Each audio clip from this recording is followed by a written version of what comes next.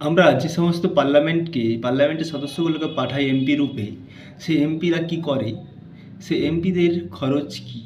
পার্লামেন্টে একদিন পার্লামেন্ট চললেই 9 কোটি টাকা খরচা হয়। একদিন পার্লামেন্ট চললে 9 কোটি টাকা খরচা হয়। পার্লামেন্টে সাধারণত 3টি অধিবেশন হয়। একটা হচ্ছে বাজেট অধিবেশন, একটা হচ্ছে বর্ষা অধিবেশন, আর একটা হচ্ছে শীতকালীন অধিবেশন।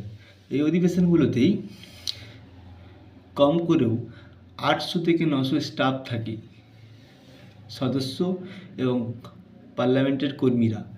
একদিনে 9 কোটি টাকা খরচা হয়। এর ভাবুন এক বছরে কত খরচা হয়। আমরা কাদেরকে কী জন্যে পাঠাই, তারা আমাদের জন্য কী প্রশ্ন তুলে ধরে, তারা আমাদের কী সলিউশন নিয়ে আসে। আমি ঘাটালের ছেলে, আমাদের মাস্টার প্ল্যান আজও ঠিকমতো কমপ্লিট হয়নি, আর হচ্ছে নাকি শুনেছি।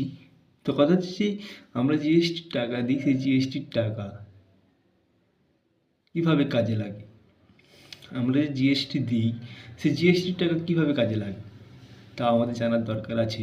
প্রথম কথা হচ্ছে যে কোয়েশ্চেন্স পর্ব আর কোয়েশ্চেন আওয়ার্স, জিরো আওয়ার্স, এই সমস্ত সময়গুলোতে মানুষ যাদেরকে আমরা পাঠাই তারা কি করে?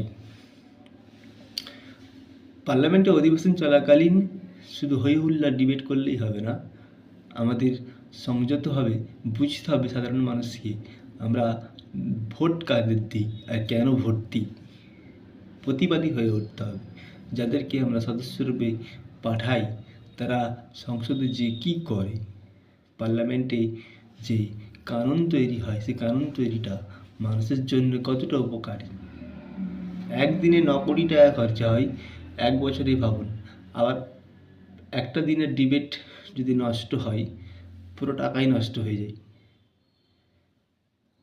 এই অধিবেশনে শুধু মেনটেনের খরচা 9 কোটি টাকা হয় প্রত্যেক দিন।